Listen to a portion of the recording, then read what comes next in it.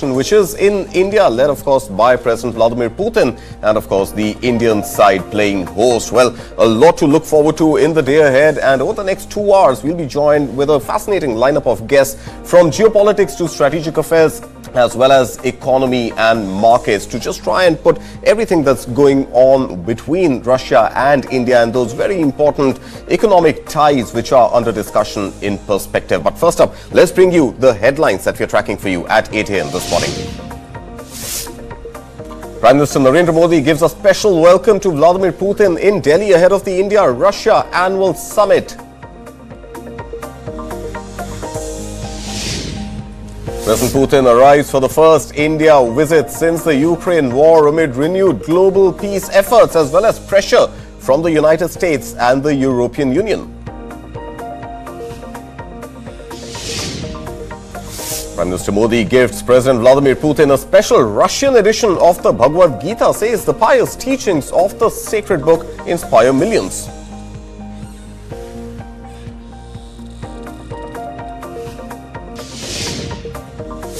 And the day ahead looks packed. As we told you, ceremonial reception at the Rashtrapati Bhavan scheduled for 11 a.m. today, followed by the wreath laying at Rajghat, Viksit, and the summit talks at Hyderabad House.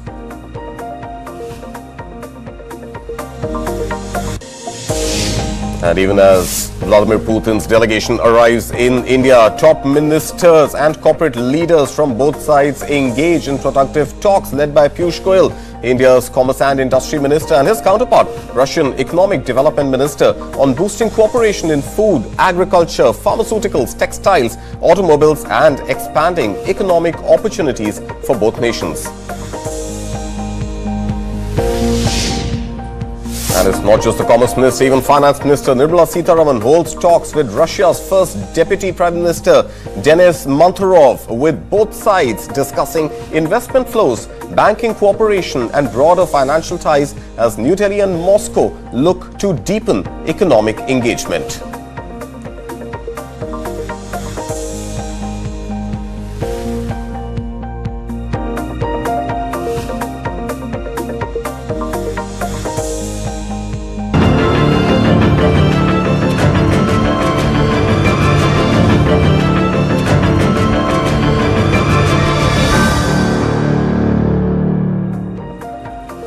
Alright, so let's bring you a load on all that's happened so far and all that's likely to happen all day today with Russian President Vladimir Putin in New Delhi for those all-important trade talks with the Indian ministerial delegation as well as the Russian ministerial and corporate delegation. Well, first up, Prime Minister Narendra Modi welcomed Russian President Vladimir Putin in New Delhi yesterday evening in what is being seen as a special gesture.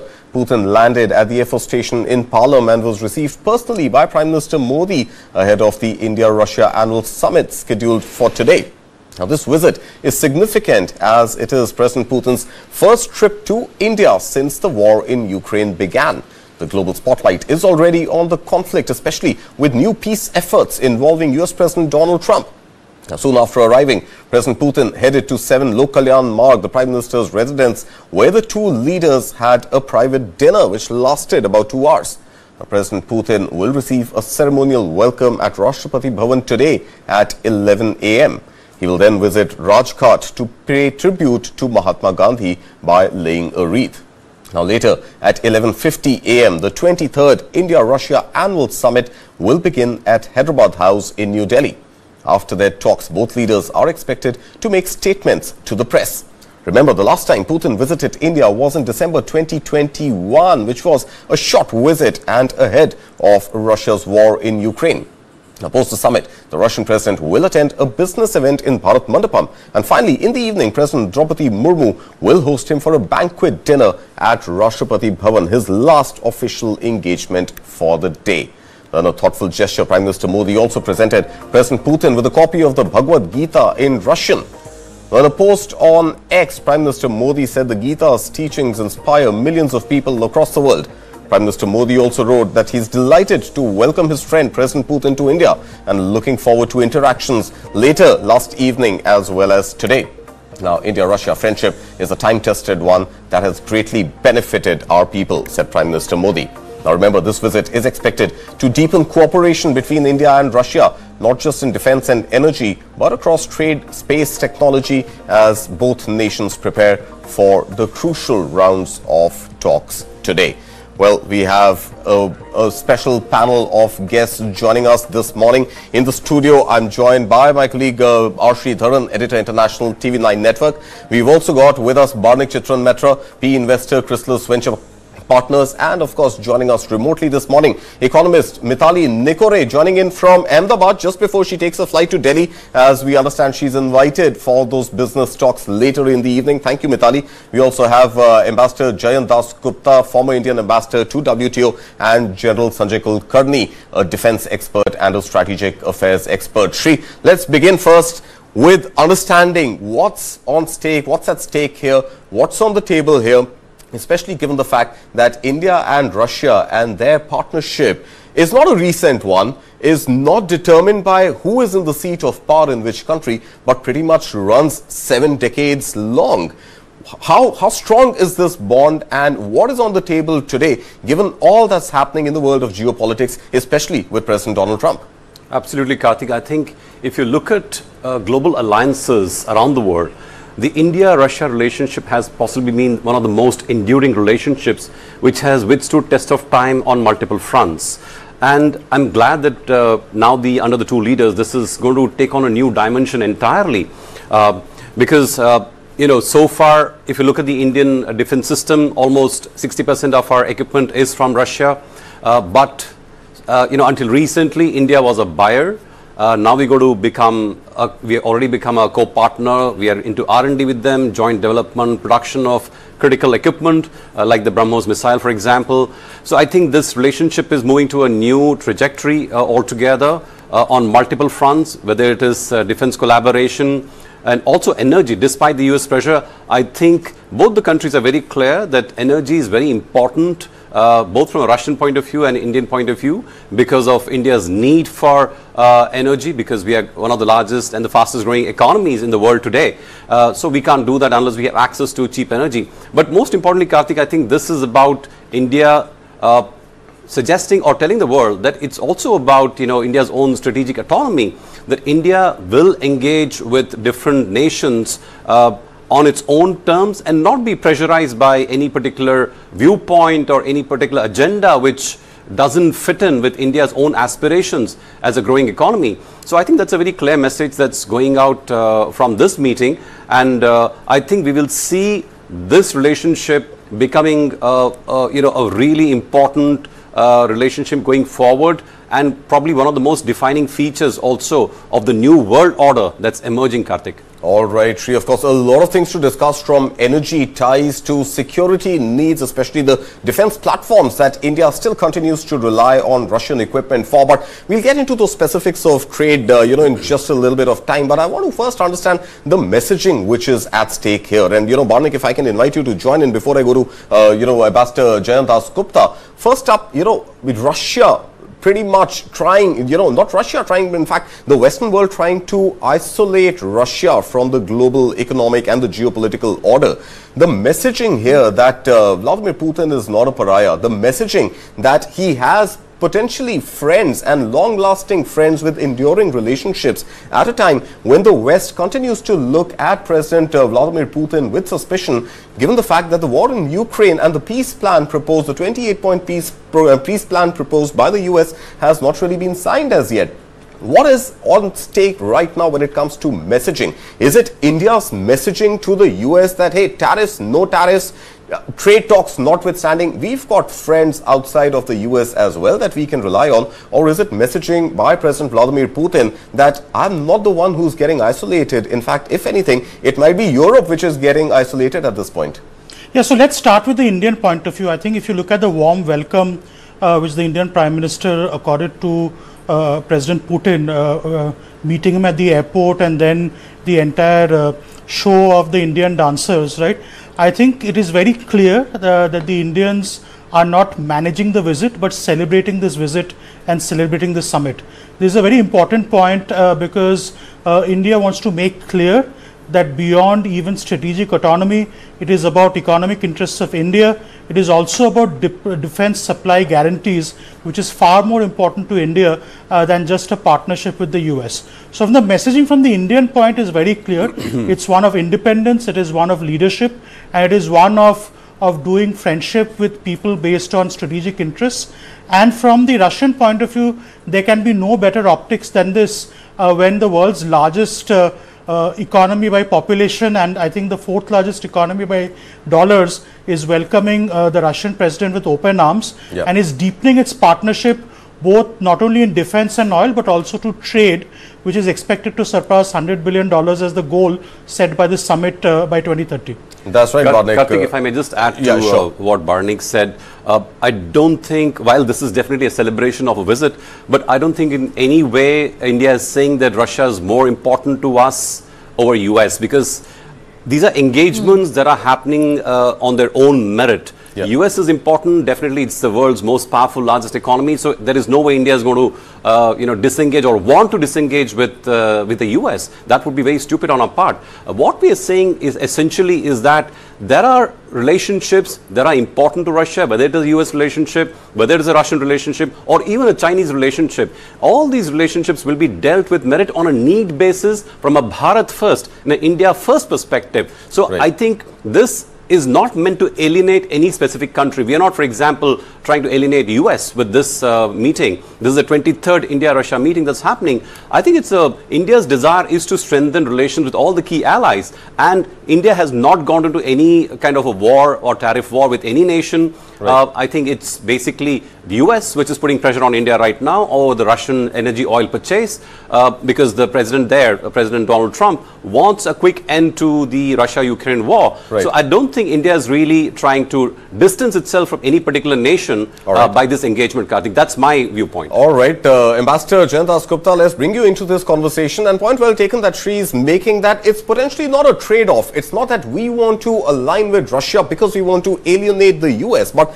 would you then call it a fine balancing act that India is trying to do at this time, as India has continued to do over, let's say, the last decade or so, that India wants to protect its own national interest? Now, whether it is Russia, whether it is US, or whether it is any other FTA, let's say with UK, with EU, with the EFTA region, or with the, potentially the Eurasian region as well, India wants to protect its own national interest. And hence, in the context of geopolitics right now, in the context of Trump tariffs, India is trying to play that very, very fine balancing act at this moment. I agree that it is a very strong message that is going out, that Russia, may be not, in the good books of the European Union, but we are continuing, for instance, with our FTA with the Europeans, and we are trying to finish it by January of next year. And similarly, in regard to the US, Russian oil is a contentious issue, but we will continue to deepen our relationship with Russia, and we will also try to strengthen our relationship with the US at the same time. So it is about strategic autonomy, it is about protecting our national interests, and also telling the world that we will have good relationship with all countries, on a bilateral basis, and we will try to sort out the differences, if any, that exist between, let's say, the US and India on the trade front by mutual negotiations, and it will not be allowed to escalate. So that is the message: strategic autonomy, national interest first. And we will keep all our options open, and we will try to have good relationships with all countries. All right. So strategic autonomy, trying to maintain good relations with all economies, and of course protecting national interests. General Kulkarni, let's get a perspective, a defense and a strategic affairs perspective here, because India's dependence for its defense platforms, for its military platforms, is extremely high on Russia. Is there a chance that some of that could be offset by the upcoming trade negotiations with the US? And would it be in India's strategic interest, in India's national interest to diversify its own military platforms beyond the dependence on Russia and potentially look at the US? And that happens to be one of the key asks of President Donald Trump. Thank you, Karthik, and good morning to all my panelists. First and foremost, Karthik, there are no permanent friends, no permanent enemies, only permanent national interests. Right. And keeping that in view, and in a multipolar world, it's extremely important that we have good relations with one and all. Not necessarily non-aligned, neither way aligned. It's a multipolar world. We have good relations with everybody. With Russia, well, even before independence, the diplomatic relations with Russia and then Soviet Union in India were on the 13th of April, 1947, even before the independence. So we've had fantastic, sustaining, with mutual respect, understanding each other. We've seen it in 47, 65, 71, and continuing thereon. The understanding by the Russians to say that, yes, Jammu and Kashmir is an integral part of India. The kind of vetoes it's been doing against various countries whenever it happened against India. So we find that the Russians have stood with India. India has stood with Russia, and that's a mutual respect.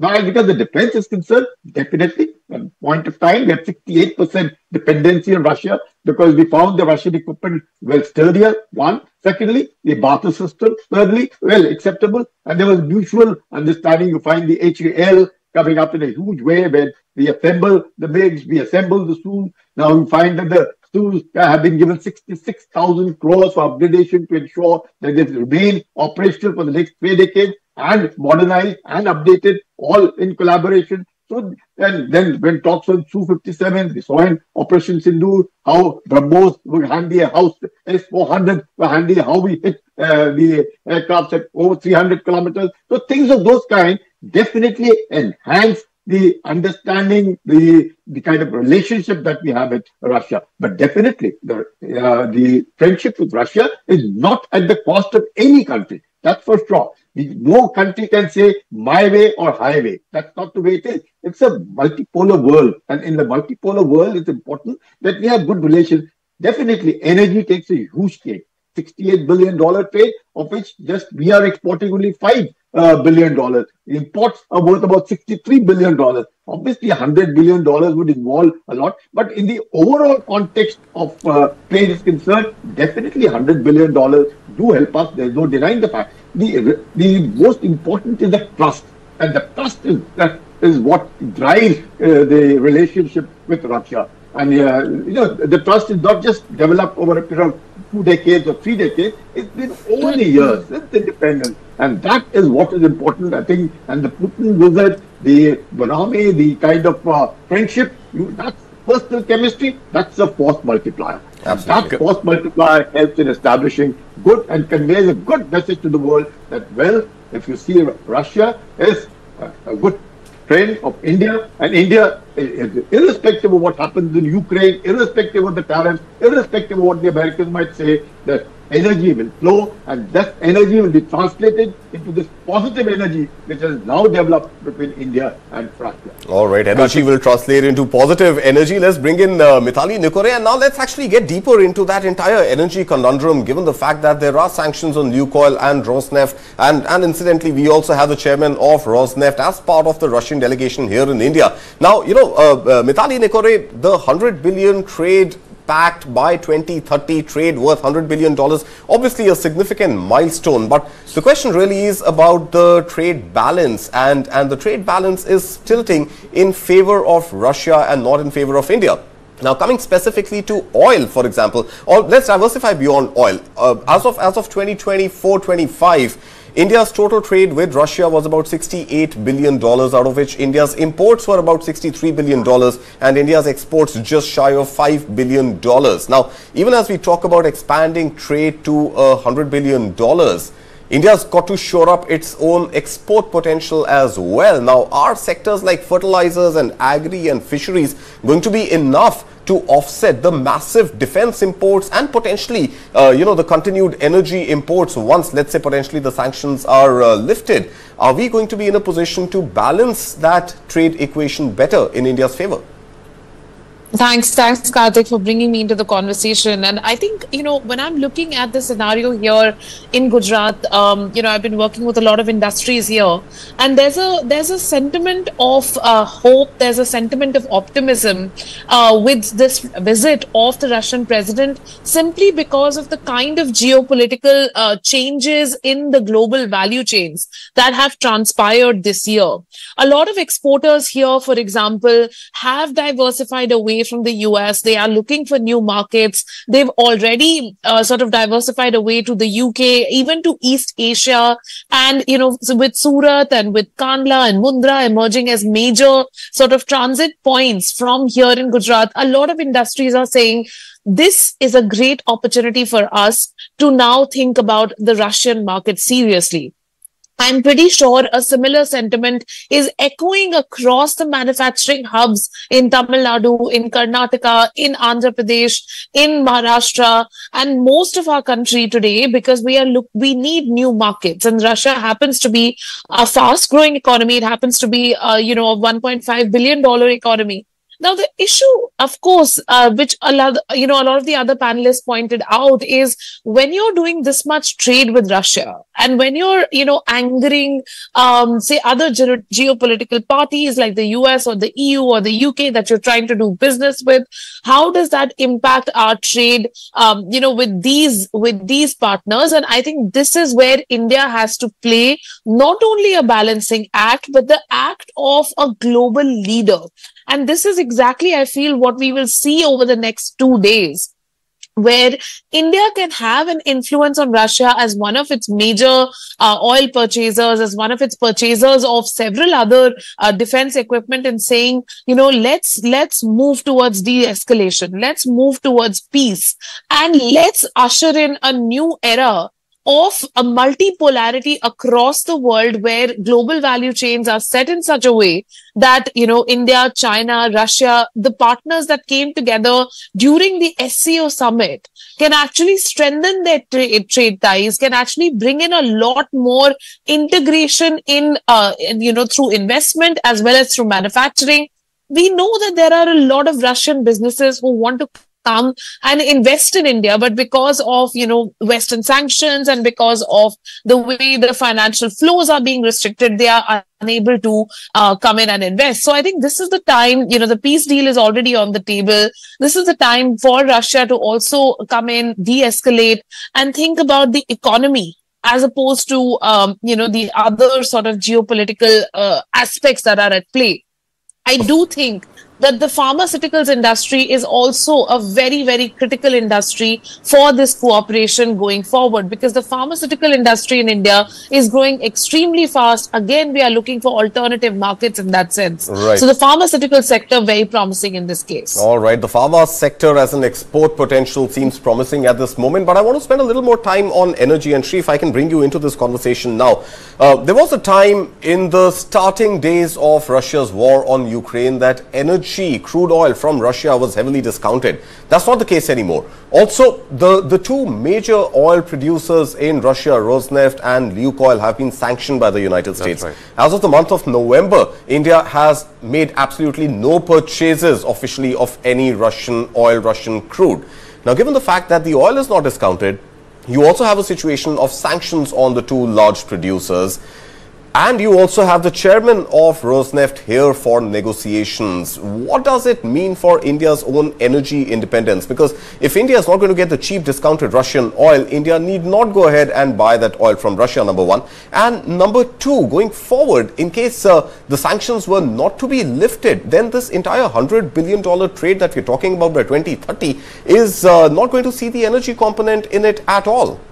So, Karthik, I think what is important to realize is that the relationship, even the economic relationship on the energy front that we are looking at with Russia goes beyond the sanctions, because we are assuming that these sanctions are going to last forever. They're not going to last. The moment you have the Ukraine-Russia war ending, I think it's pretty much going to be, business is going to be back to normal.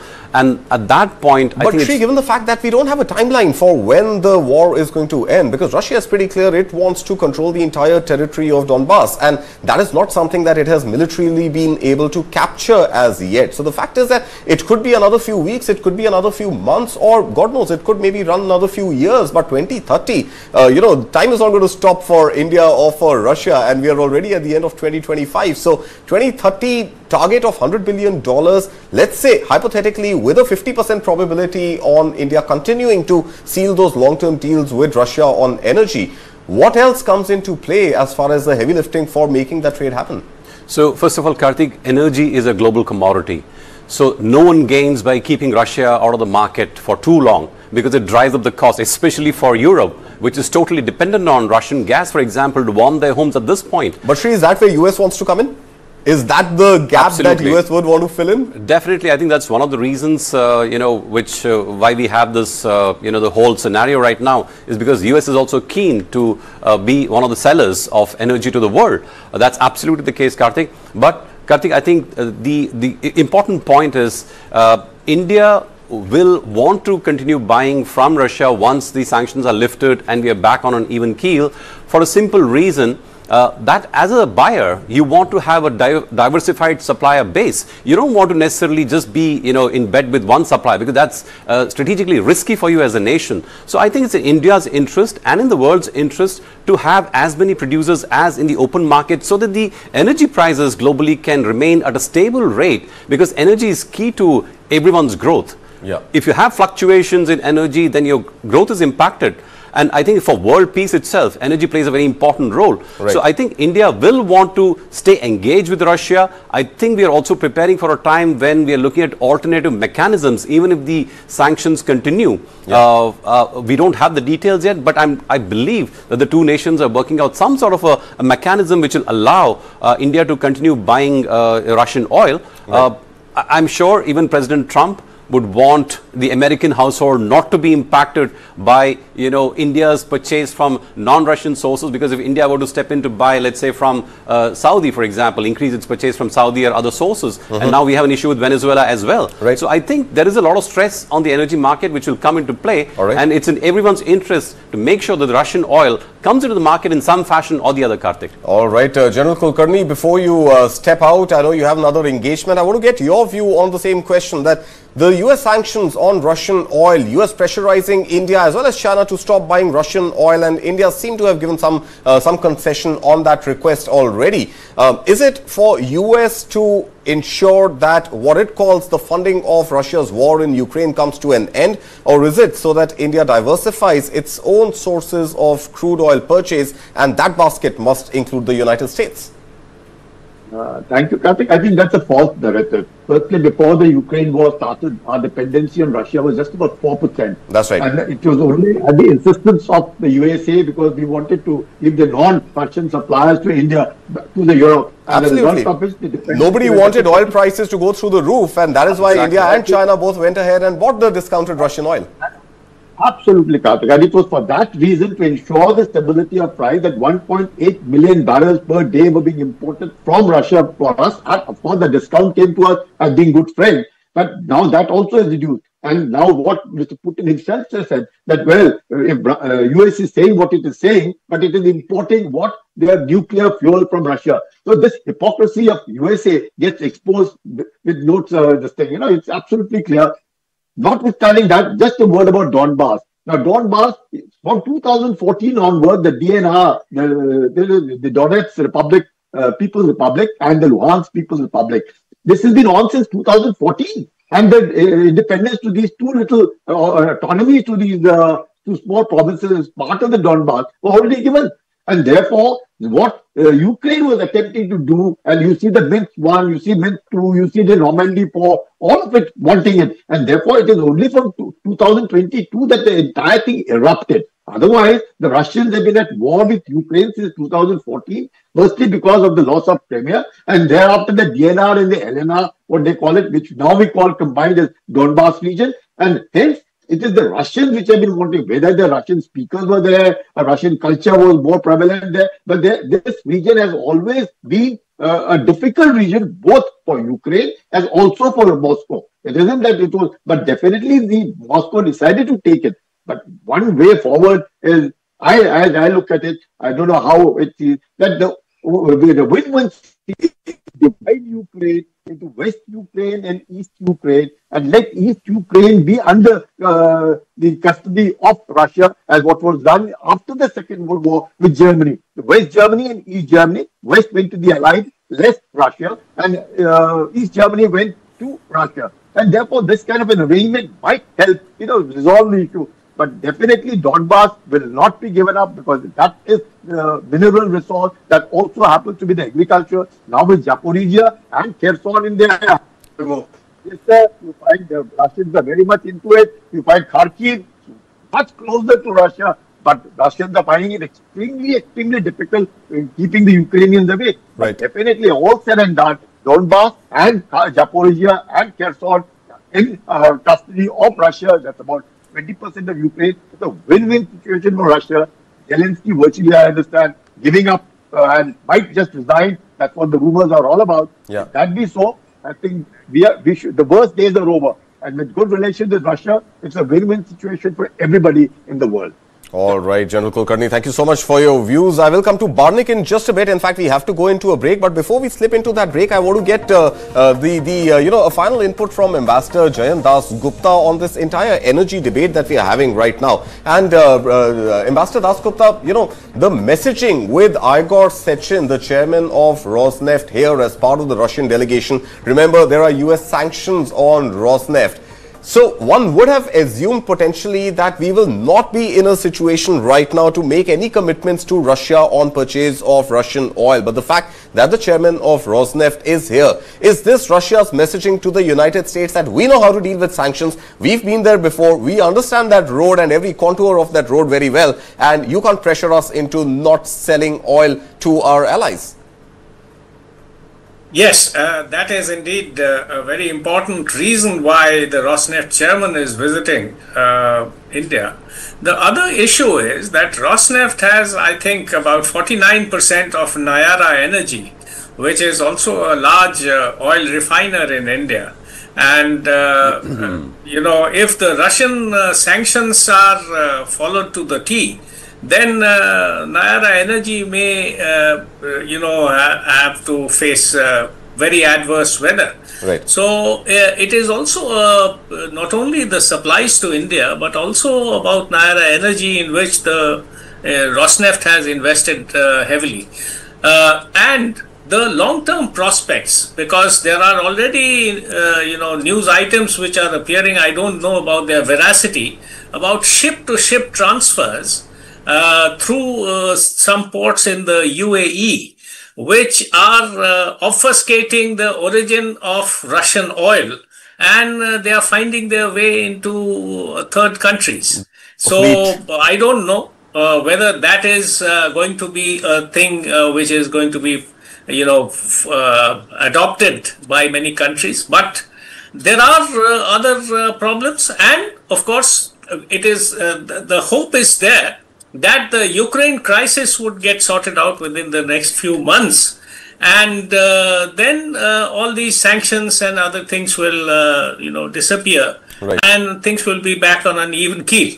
The last point is that Russia, I think, supplies about 10 to 12% of the oil in the global market. Right. It was at its peak, and if that gets restricted severely, the oil prices are bound to rise, and that is going to affect a very large number of countries, including India, which imports about 85–86% of its crude oil. But Ambassador Das Gupta, we haven't really seen that spike in oil prices. In fact, oil prices, if anything, have been fairly moderate. $63 a barrel last I checked. Barnik, we haven't seen in the last 1 month since the sanctions have come in, we haven't seen that spike in oil prices. So let us be very practical here. I think there is no real discount of Russian oil today.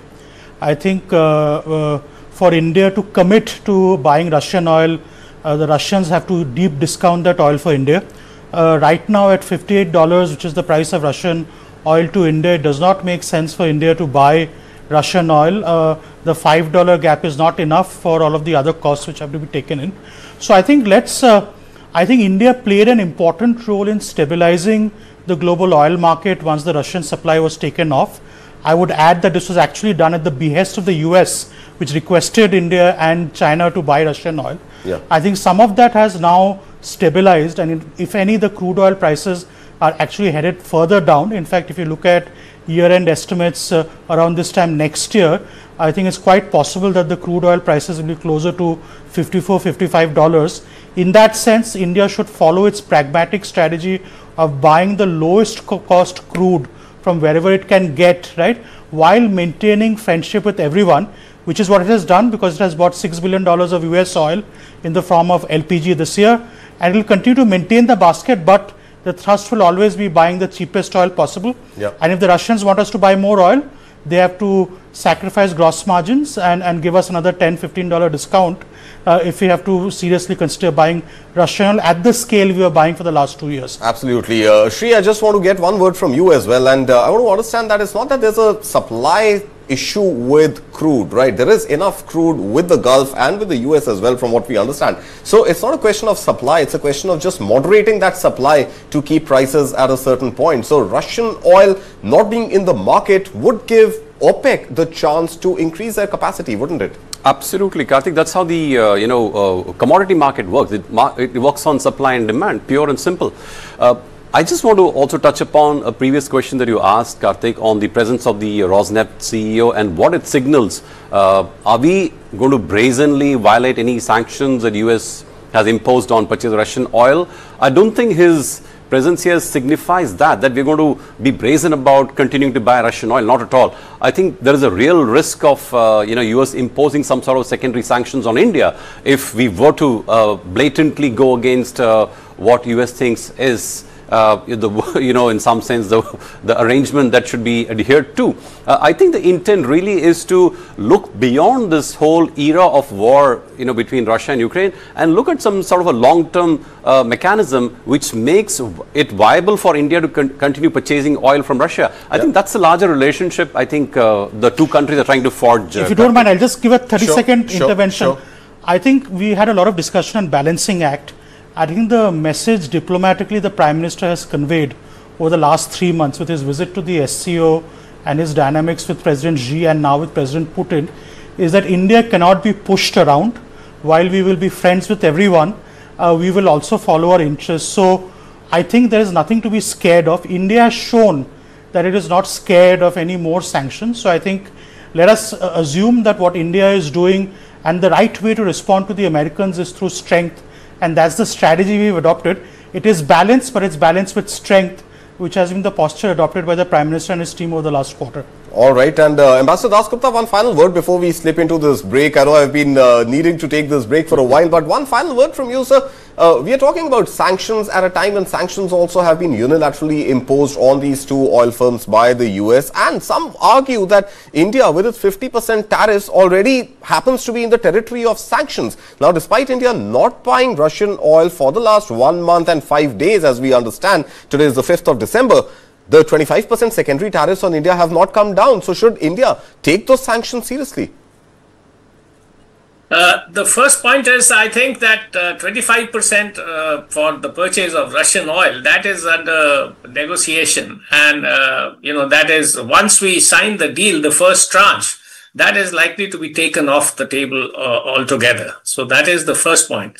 The second point is the secondary sanctions. This 50% is of course there at the moment, but the secondary sanctions is what bothers us, because Indian Oil and all the other PSU refiners and the private sector refiners, they all have subsidiaries in the US and they all operate through the US, and the secondary sanctions will shut out the commercial and financial market of the US completely.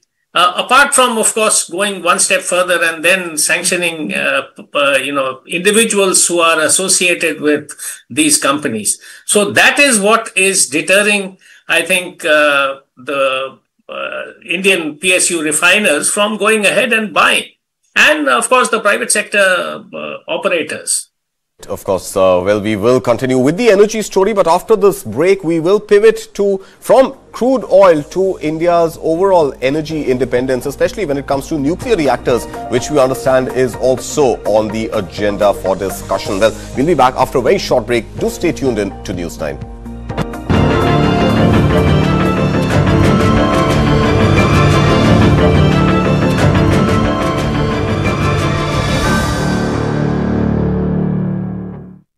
सोच रहा हूँ term life insurance ले लूं ताकि मेरे बाद family को पैसों की कमी ना हो। तू भी ले ले। अबे जल्दी क्या है, बाद में देख लेंगे।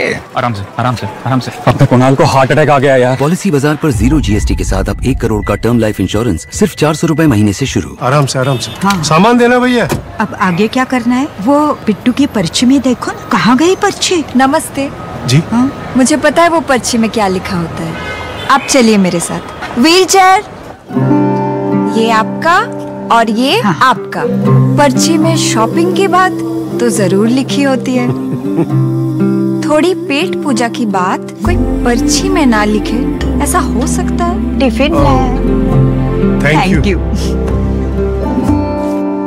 अरे पर्ची मिल गई। पर्ची में तो ये सब लिखा ही नहीं था। हम है ना आपकी पर्ची। सिर्फ वर्ल्ड क्लास एयरपोर्ट्स नहीं चलाते हैं, आपके सफर में हम सफर बन जाते हैं। अदानी, हम करके दिखाते हैं। हर स्वाद में बसा, हर दाद में बसा, ये मेरा चीज है। 50 सालों से जो बना इस देश की शान, वो है अमूल चीज। सर, वाटर प्रूफिंग के लिए बेस्ट है। वेंकी जी, एक छोटा सा गिफ्ट बिरला ओपस एश्योरेंस देने के लिए। ऐसा क्या है इसमें? 1 साल में वाटर प्रूफिंग को कुछ भी हुआ तो वापस करके देंगे। वापस करके देंगे? वो भी फ्री। पेंटिंग में पहली बार बिरला ओपस एश्योरेंस। रजिस्टर करो birlaopus.com पर। लाइफ जब भी आगे बढ़ने का मौका दे तो अपनी सुपर पावर, अपना गोल्ड यूज करिए और IIFL फाइनेंस से गोल्ड लोन लीजिए। IIFL फाइनेंस करता है सीधी बात। A resurgent India is racing towards the Viksit Bharat goal, braving global economic headwinds. Bulletproofing our economy from these uncertainties are Bharat's homegrown businesses. Powered by tech-led innovation, Indian entrepreneurs are truly scaling up, riding the next wave of disruption with AI and cloud to break into the big global league. TV9 Network in association with SAP presents Visionaries of Viksit Bharat, a series celebrating inspirational business leaders shaping tomorrow. Watch them take an iconic leap at Visionaries of Viksit Bharat conclaves. Exclusively on News9.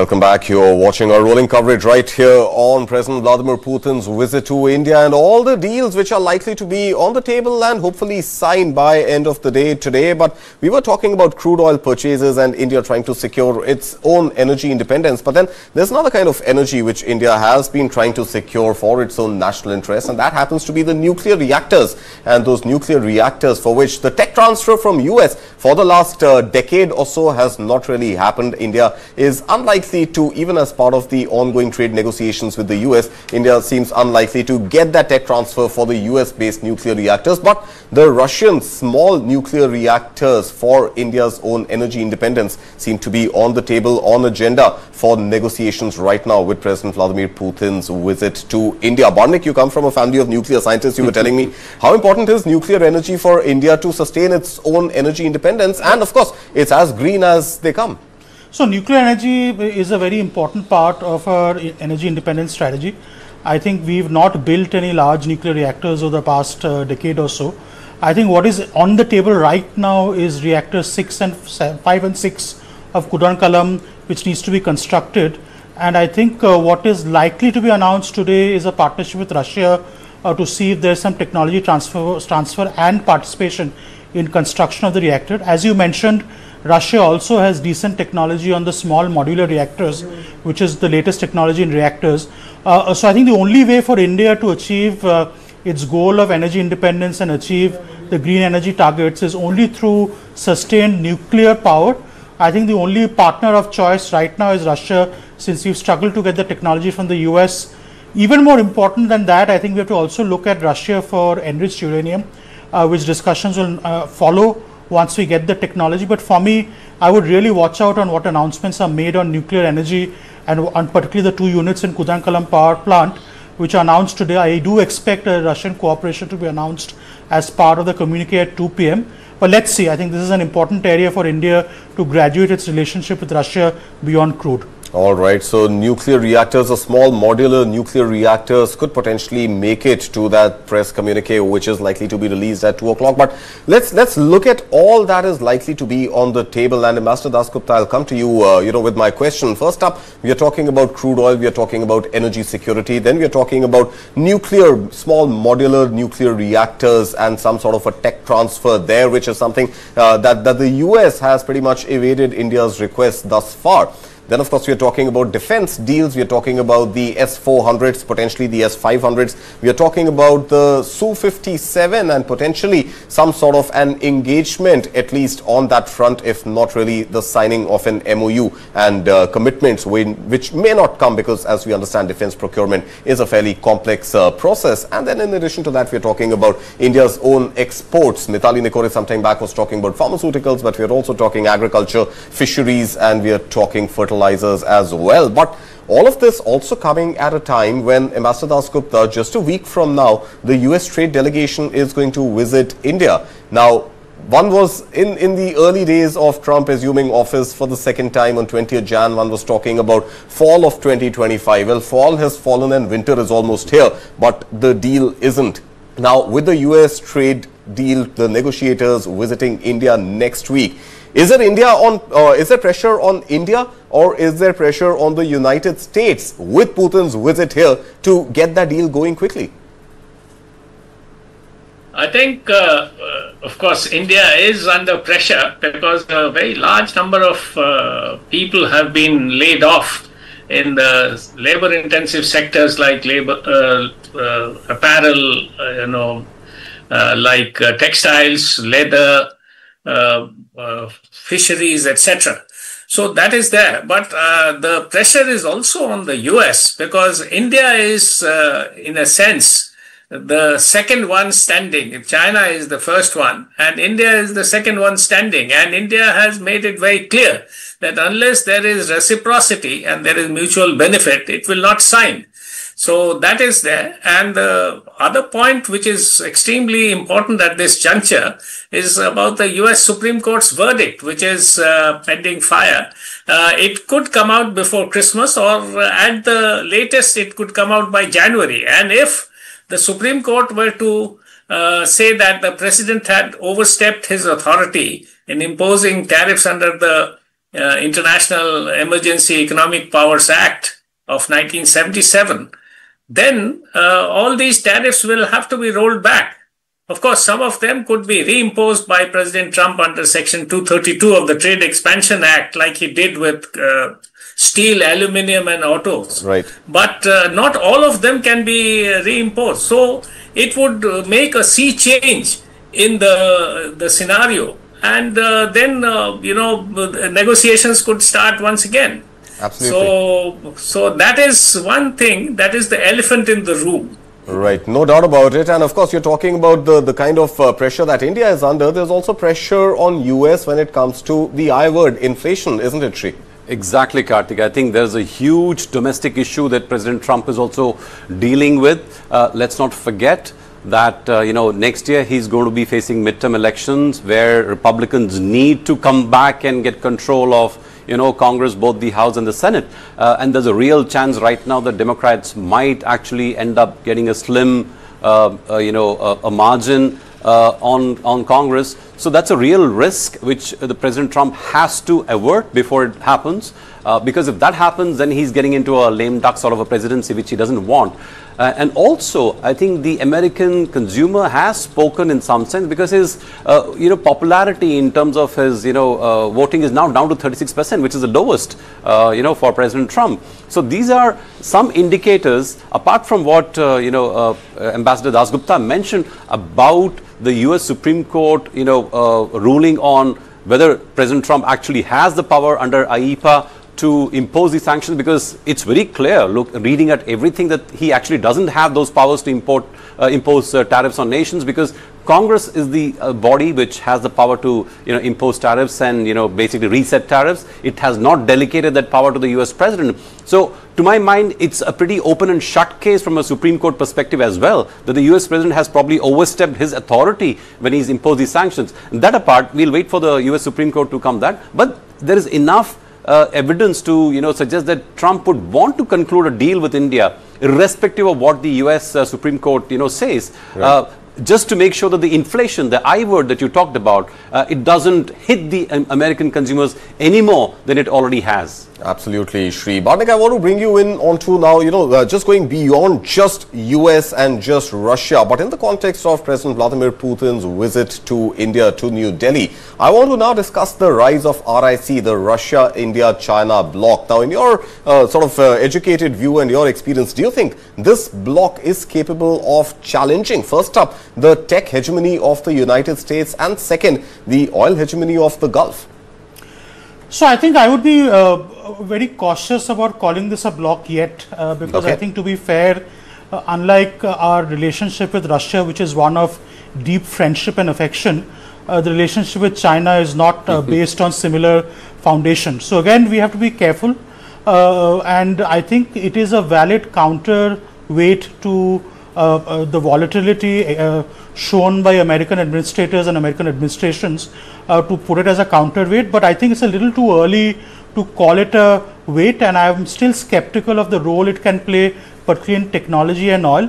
But again, I think the most important part of the RIC bloc is actually challenging the hegemony of the US dollar.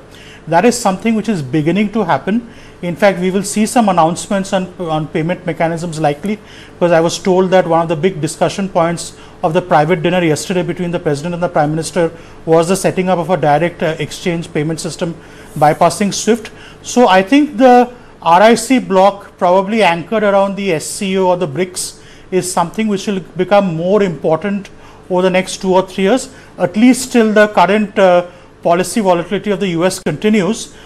India will be forced to depend on this bloc, but I think calling it a valid counterweight to the US or the Gulf bloc on oil or technology is a bit too early to conclude, particularly given the rocky relationship we've had with China over the past few decades. So, in fact, just to add to Barnik, I think China automatically is a factor that sets a limit to how deep Russia will want to engage with India as well. Right. So let's not forget that Russia also wants a very close relationship with China, because China is the only counterforce effectively to US. That's right. And it's a second largest economy, and which is a vent for Russia in case, let's say, things really go south with US. So I think China will then, to Barnik's point also, it acts as a natural a break into how deep Russia also engages with India, Karthik. Absolutely. Ambassador Dasgupta, I want to just continue on the point that Barnik was making some time back about a direct payment mechanism between India and Russia. Now, the trade, Russia and the Russian ruble has been cut off from the SWIFT code, and there are no sort of financial transactions flowing across borders with Russia. India has been settling its own trade account with Russia using yuan sometimes, or using the Vostro accounts. Now, given the fact, and let's say, just assume for a moment that the peace deal does not go through, Russia, Ukraine continue to be engaged in battle for the foreseeable future, is this direct payment mechanism going to attract the ire of the Western world, and is that going to be detrimental to India's overall, efforts of stitching up free trade agreements and trade partnerships? Well, nobody wants to give up the dominance and power that he or she enjoys. And that is going to be, with the rise of India, it is going to be resented and opposed every step of the way by the existing powers, whether it is the US or the Europeans or the Chinese. And so we will have to, face all these obstacles on our way. As far as the settlement mechanism is concerned, the Vostro scheme did not really succeed because of the huge pressure on it, because of the trade deficit about 58-60 billion dollars worth of trade deficit with the the Russians. And what would they do with the rupee, which they gained as a consequence of the oil sales? So that sir, the assumption 2 years back was that Russia will want to invest that money back in India, into Indian capital markets, into Indian manufacturing, but we haven't seen any of that happen, have we? Not with the war going on. That is the problem, because the Russians also want to bring back that money into Russia and to also buy from other sources what they require. For instance, from China, they are huge importers from China. So that didn't really work out. And in the absence of a common currency, let's say, of outside the dollar, whether it would really succeed, I don't really know, because of the huge trade deficit. If it were, $5 or $10 billion, etc., it could have been managed.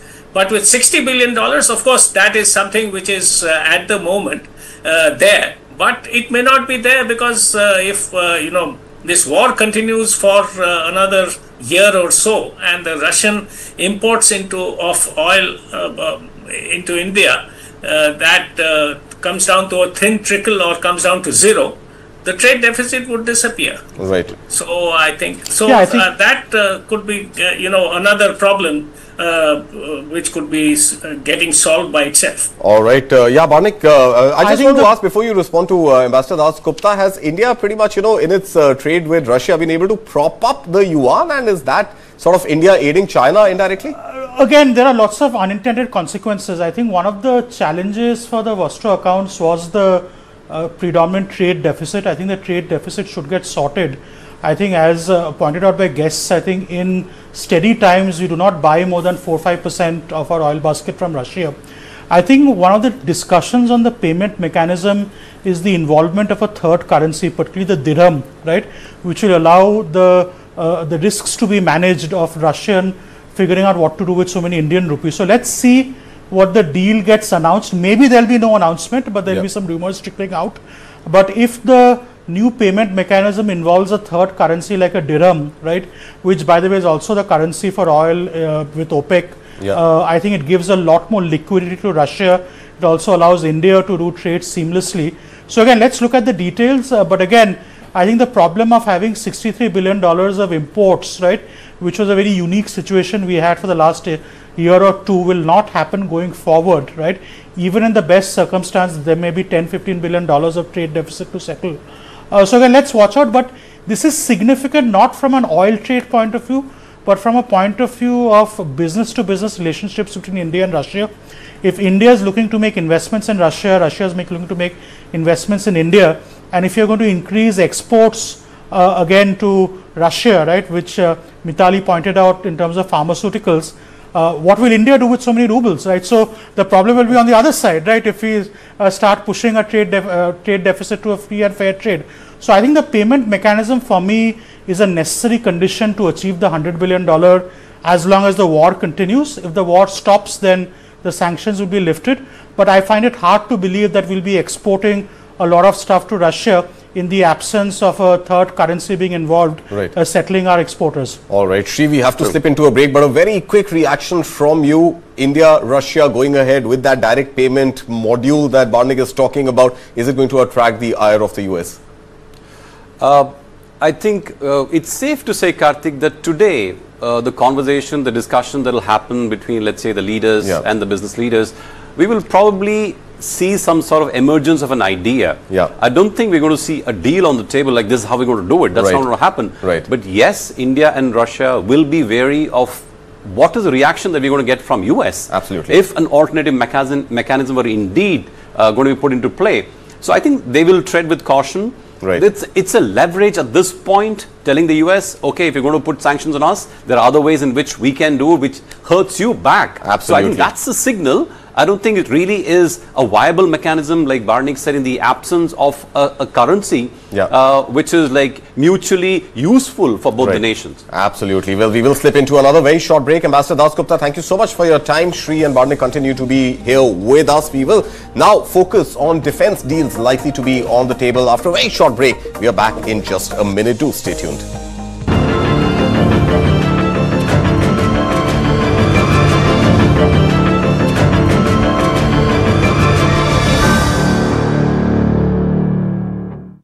यार सोच रहा हूँ policy बाजार से term life insurance ले लेता हूँ ताकि मेरे बाद फैमिली को पैसों की कमी ना।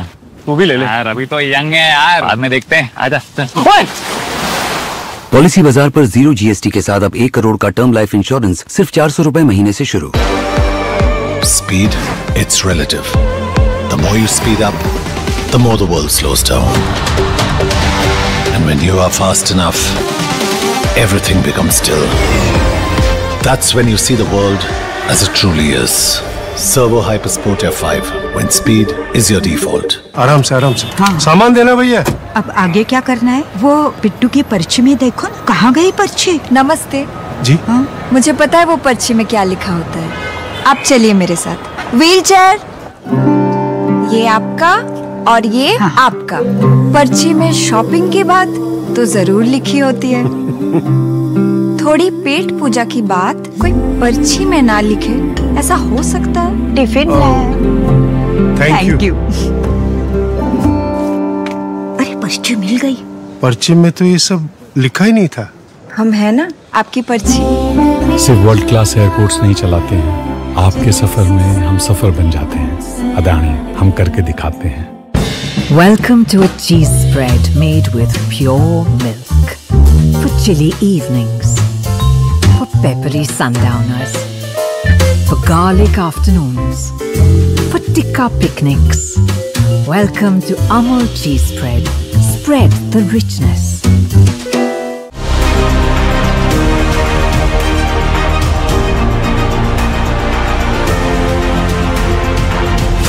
Eastern India's first Business and Economy Literature Fest 2025 on 20th and 21st December at Taj Tal Kutir, Kolkata. EIILM Kolkata presents a Business and Economy Literature Fest 2025. Curation and ideation partner Story Nest.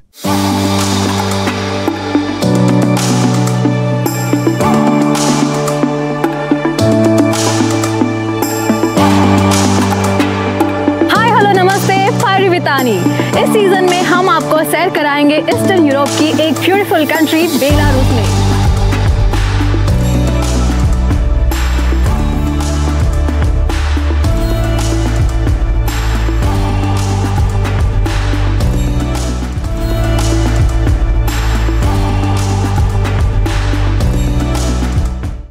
Light, camera, and action. Kick back, relax, grab your favorite snack because News9 is here with your weekend dose of entertainment. It's time to take a deeper dive into the buzzworthy happenings of the entertainment world. From celebrity gossips to exclusive conversations, from nostalgic moments to News9's pick of the week, don't worry, we've got you covered here. And I hope you've grabbed your popcorn by now because News9's page 3 is here to serve you everything that we call entertainment. So do stay tuned every Saturday and Sunday, 2:30 p.m.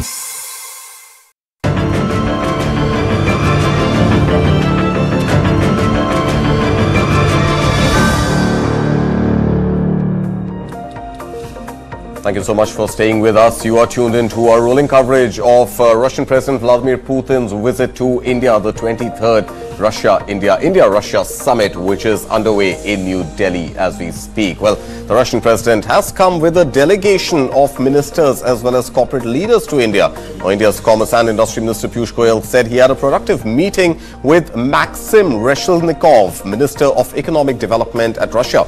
The two sides discussed cooperation in areas like food and agriculture, pharmaceuticals, textiles, automobiles and more, together committing to unlocking the untapped potential and advancing the economic development of both the nations. Let's listen in first to what Minister Piyush Goyal had to say. It stands as an oasis in the desert, a reliable, trusted and forward-looking partner, friend to all, working with countries around the world to open borders, to expand trade, create the framework conditions to grow economic partnerships, strengthening its institutions, regulatory processes, our democratic institutions, the rule of law that the judicial process offers, and also working on a developmental model which has at its core inclusive and sustainable growth, which is focused on the welfare of 1.4 billion Indians.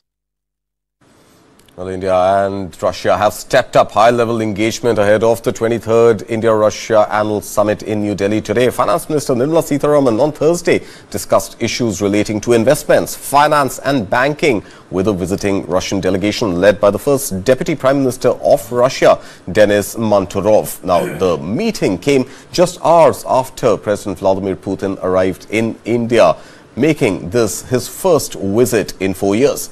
Officials from both sides say they expect strong outcomes from the 23rd India-Russia Annual Summit, with Manturov also affirming Moscow's support for India's upcoming BRICS chairship.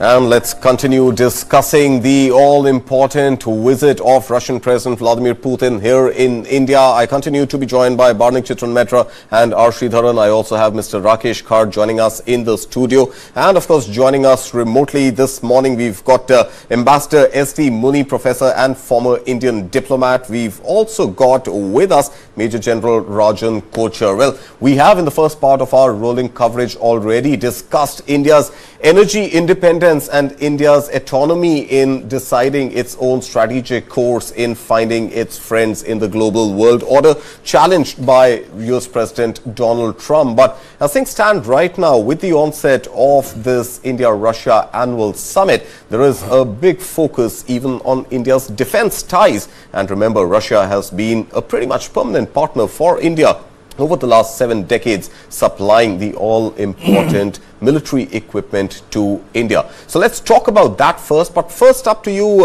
Ambassador S.D. Muni, I want to understand that one thing which defines India's choice in accepting or engaging with countries on defense acquisitions is the function of technology transfer.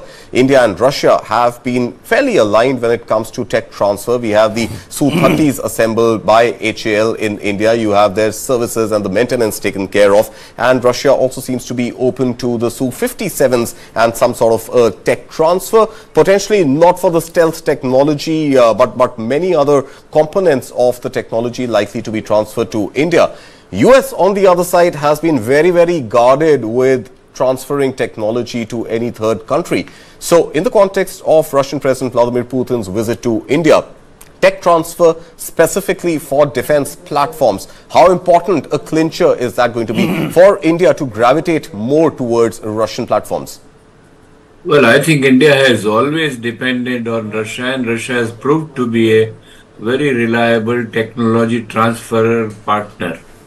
We see BrahMos there earlier, I think in the mid-90s. For the first time, the Russians helped us learn about the nuclear submarines. And now the nuclear issue is also on the table. I understand even submarines may be added to one of the submarine, may be added by the Russian side on the civil nuclear program of India, which Russia has very reliably been assisting, and it has promised now to enhance that kind of a cooperation. So what India is looking for is, in terms of its Atmanirbharta, is defense technology which India itself can start producing, as we have done BrahMos. And you know, all over Asia, there is a great demand for the BrahMos which are going on. And in Operation Sindoor, I think it was demonstrated that the Russians supplied S500 as well as BrahMos worked very, very well. So they have a great reputation in whole of Indo-Pacific, if I would say. And if Russia helps us further in this respect of joint production, in respect of full technology transfer with the permission to produce it in India, I think that would be a step ahead of what it is. The Su-57 is also we are looking forward to, but we were also looking to S500, which is, I think still there is in progress on the Russian side, and probably that negotiations will have to take some more time to be clinched. Let's get in General Kocher here. General Kocher, like Ambassador Mani was saying, that the S-400s were pretty much, an asset and potentially a hero during Op Sindoor. More squadrons, at least 5 more squadrons of S-400s is what India's ask seems to be at the moment, and negotiations on the far more advanced S-500s. In addition to that, a nuclear-powered submarine. There's a $2 billion deal on the table. Potentially Su-57s. This comes on the back of HAL already, signing an MOU with a Russian manufacturer to make the SJ-100, which is, of course, a passenger single-aisle jet. So all of this sort of moving towards the territory of defense partnerships likely to get sealed and likely to get further strengthened. Now, I want to understand specifically on the S-400s and the S-500s, how important is it for India to get the technology transfer to be able to make those in India as part of this deal? Thank you, Karthik. I think Ambassador Muni has made some valid points. To talk about S-400 and S-500, let's look at the capability gaps as of now. Because based on the capability gaps, I think the acquisitions will make sense. 2 major capability gaps our air defense systems are having today. One is anti-hypersonic capability. If there is a ballistic missile in excess of 5 Mach speed, it will be difficult to intercept with S-400s. And the second is the anti-stealth capability, which possibly China is giving its latest fighter aircrafts to Pakistan, which are 4.5 generation stealth aircraft. So the S-500 comes into the picture straight away, because S-500 has a near space capability. As we heard CDS Anil Chauhan also telling us the future warfare is going to be fought in space. And I've got you absolutely no doubts that we have to look at the future right now, because we will be able to intercept their cruise missiles and their medium range ballistic missiles, but the ICMs like the DF-26 of the Chinese would be a different ballgame. So I think S-500 would play a role because interceptors have... It gives you another 100 kilometers of range, so a little better reaction time.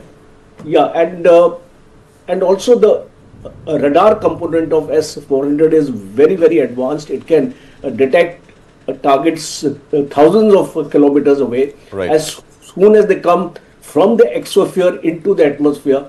So I think it's a large capability, and I'm quite sure at least 2 squadrons are going to be contracted. And on the S-400 aspects, as you mentioned, 5 squadrons, but 2 squadrons are still to come. Right. And 1 squadron is equal to 2 batteries. So at each battery has got 4 tubes. So we would want a capability of, say, 16 missiles to be launched at a time. We need more of launchers, more of squadrons. So I think that backlog, Russians have assured us that those 2 pending squadrons will be there with us by 2026. Right. But we would also want this additional 5 squadrons in the time frame of next 2 to 3 years. Not beyond that, because if you look at the threat perception on the northern and the western borders, there is a large area to be covered, and these 5 squadrons will not be able to cover the entirety. And as Prime Minister has mentioned, Sudarshan Chakra, we are looking at 2035. Our Kusha project is also on, and the M1 launches of the Kusha project are going to be test fired next year, and then subsequently the M2 and M3. So I think if you look at the overall picture of our air defense capability, Russia is going to play a very important role. The second and the last aspect I want to actually highlight is the Su-57C. The jet engines are not forthcoming in the manner we want them to come. Only 3 engines have been supplied out of a contracted 99 in a period of 4 years. We require... The Su-30, sir? No, I'm just uncorrected. This Tejas Mark 1 engine I'm talking about. Okay, sure. So Tejas engine have been contracted G404. Right, those are American built, sir. Yeah, American. See, 99 were contracted in 2021. Only 3 have been received in the last 4 years. Right. And as per the statement of the MD HAL, we need to equip 180 Tejas by 2035. Right. How will we do it? Because we are down to 29 squadrons as of now, and we expect a delivery of at least 18 of the engines every year. But isn't that going to be part of the India-US trade deal, sir? I don't think we can buy Tejas engines from Russia because the only vendor which is compatible is GE. I am talking, I think I have been misunderstood. I am talking about America. The forthcoming engines from America, we are not getting them in the required time frame, and that is why the urgency to go for Su-57. Absolutely. Because the reason is that unless you make up your squadrons, you will not be able to counter the air threat from Pakistan as well as China. Right. So there is a case. There is a case in point because these engines are likely to be delayed from the US. So there is a case in point to go for at least 2 squadrons of Su-57. And I think the Air Force, your senior officers are thinking on these aspects and have given their recommendations to the government that we need to actually get some Su-57 squadrons into the inventory of the Air Force. And my last point is about BrahMos. We are looking at the next generation BrahMos now. Russians have upgraded their BrahMos technology. So we are also now talking to the Russians to get that technology to upgrade our own BrahMos. Point well taken, sir. So obviously a multifaceted conversation which is likely to entail all aspects of India's military platform procurements. But Rakesh Kar, I want to bring you into this conversation. The challenge that seems to be stemming right now is the fact that Russia may not be in a position to supply all that promises to supply India because of the ongoing war in Ukraine. Russia's own war machinery and its arms factories and ordnance factories are working overtime just to be able to sustain the ongoing war in Ukraine. So whether or not India goes ahead and signs these deals, deliveries is going to be a problem for at least as long as the war with Ukraine does not come to an end. Absolutely, Karthik. I think, delivery is a challenge, and as our esteemed experts on the other side, showcased the deficit. So I think we need to showcase this as a major challenge going forward. There is no foreseeable program where we can guarantee that these would be met within the stipulated period. There is a delay already happening on, critical supplies in the defense piece. So I guess, that would be flagged at today's meeting. But I just wanted to roll back, a little bit to yesterday's events where I wanted to showcase the larger sentiment about, what happened between, the two heads of states. I think, 3 or 4 key takeaways, few dramatic hours that we have witnessed in the last, since yesterday night when Putin arrived here. First and foremost is the way, the narrative war in the global arena has been played out. India is enabled, to portray Putin in a manner that he is a great mature leader who is calm and also is not, so to say, distant or negative about even Trump. So he maintained a very, very calm demeanor, and we have enabled that particular piece. I think that's a significant global story. And we know that RTV is being launched today. RTV is banned in most of the European, destinations. So the narrative piece is happening. India enabling that or leading that drive. Remember, a few European ambassadors used the Indian print media to, on the eve of Putin's visit and making a statement against India-Russian relationships. So I think that's one big takeaway. The second quick takeaway is that, this entire, bromance about Putin and Modi, which started in, 2001. At Astrakhan, where Modi for the first time met Putin, and he was received very warmly. And from Tangent to Teen Murti, this car drive, we know about Karobar. This is Karo Pyar. So in that sense, that's an interesting take. And third one big picture is that both of them dumped their traditional safe rides to go to hitchhike Toyota Fortuner. So a great ambassador for Toyota. I don't think they need any. Right, it's not a Range Rover and it's not a BMW. That's it's right. a Toyota Fortuner. And lastly, Karthik, I think from the larger geopolitical perspective and the way world is panning for 2000 post-born generation in India, Russia was good to have a parents or an uncle's or grandfather's generation relationship, which we fed them on the US consumption story from a Levi's to a Campa-Cola.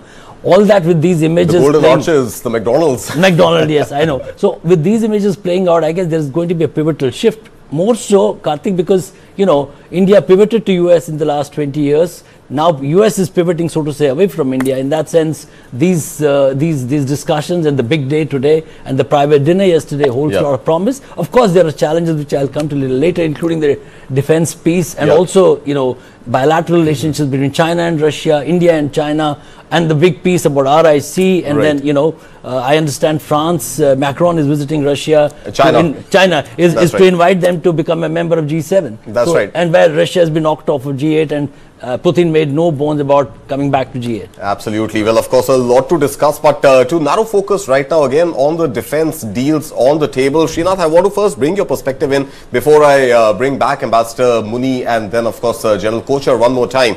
Now, the Indian Air Force has been, dependent, one can say, on Russian platforms for as long as you can remember. From the Sukhoi 7s, the World War II generation aircraft, to the MiG-21s, MiG-23, MiG-25, MiG-27, all phased out. MiG-29s, which continue to be operated by the Indian Air Force and the Indian Navy. The Sukhoi 30 platforms, again, now forming the backbone of the Indian Air Force. The Mk1 tech transfer for certain components has already begun. Now, if India needs, Srinath, a true 5th generation fighter aircraft, what are the options India has beyond Russia? Because the American F-35s are A, too expensive, B, will unlikely come with tech transfer.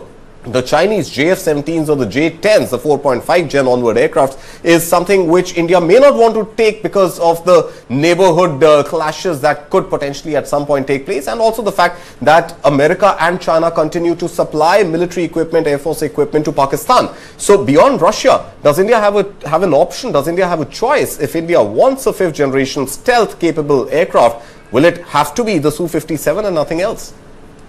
So, Karthik, a complicated question, and I can't have a simple answer. But let's look at the last 30 years of how both these nations, the US and Russia, have actually behaved with the rest of the countries. I mean, they're both large manufacturers. And the reality is, if you compare the way in which they've either financed purchases by other countries or strategically upgraded their equipments as part of the entire defense deal, I think what comes to my mind is the way Apple as a phone, iPhone, is an annuity business. You buy an Apple, and if you don't keep upgrading the iOS almost every few months, if you don't keep upgrading the machine after every 3 years, it kind of slows down and dies a natural death. And I think the US defense sector is also looking something very similarly. You want to do a deal with me over the next 30 years, I probably want 3 or 4x the money from accessories and service and spare parts.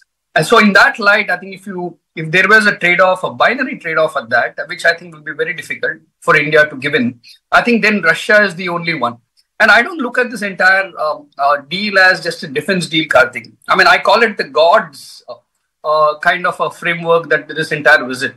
I mean, you're looking at geopolitics, messaging out there, you're looking at oil, you're looking at defense, and you're also looking at a strategic partnership, which already exists but needs to be reiterated, considering that you have China on one side and you have the US on the other side.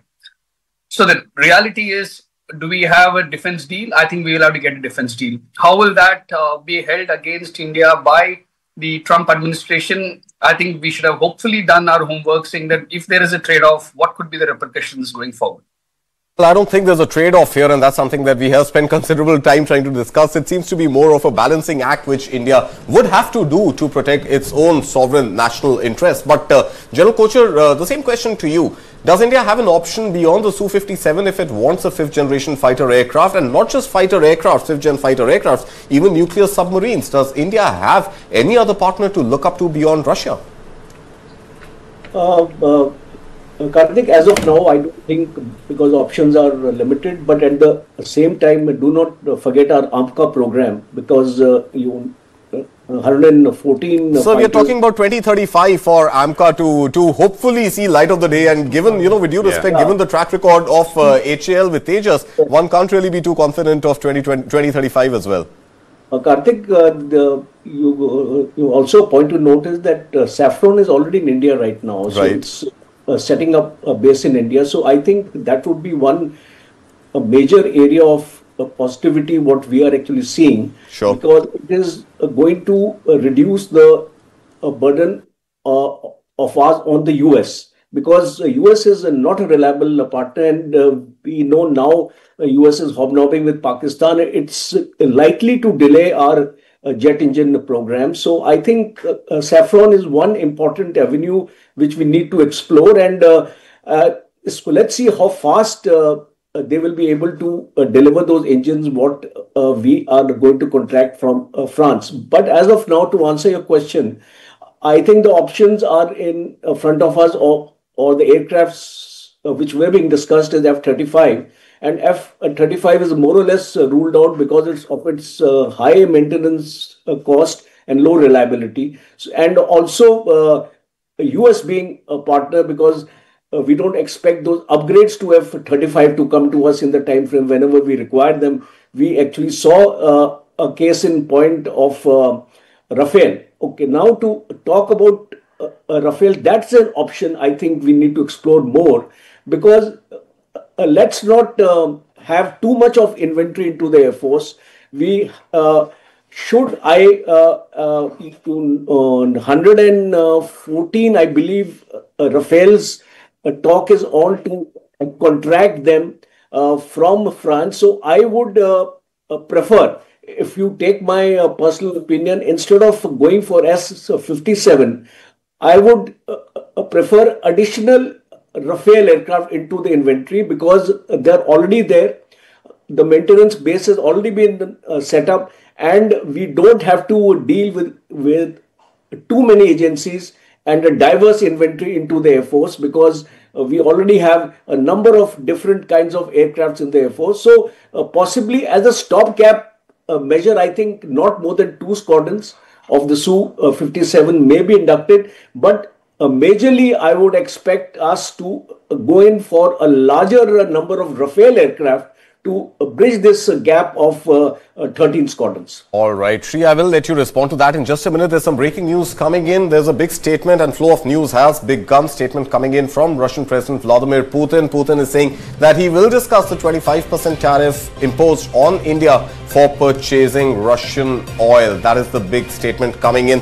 Putin saying that he will speak to US President Donald Trump about that secondary tariff. Remember, India right now slapped with 50% tariffs, 25% of which happens to be the secondary tariffs on account of India buying Russian crude. But also important to remember at this point, from the month of November, from 1st November, and we're talking about 5th December right now, last 35 days, India has officially not bought any Russian crude. And the secondary tariffs of 25%, comprising almost 50% of the total 50% tariffs, continue to be imposed on India. So the big statement coming in right now from Russian President Vladimir Putin, who is in India, who is in New Delhi for the India-Russia annual summit, saying that he will discuss the 25% tariff imposed on India for purchasing Russian oil with US President Donald Trump. Let's continue with our discussion on the other defense procurement deals that we are talking about. And General Kocher right now was talking about expanding India's partnership with French maker Dassault Systems for acquiring more Rafales, and potentially a 5th generation option that Dassault Aviation could offer India. Shri, let's get your view on this. So, Karthik, I don't want to belittle the need for a 5th generation fighter, fleet for India. But what I also want to point out is that the nature of modern warfare is also changing.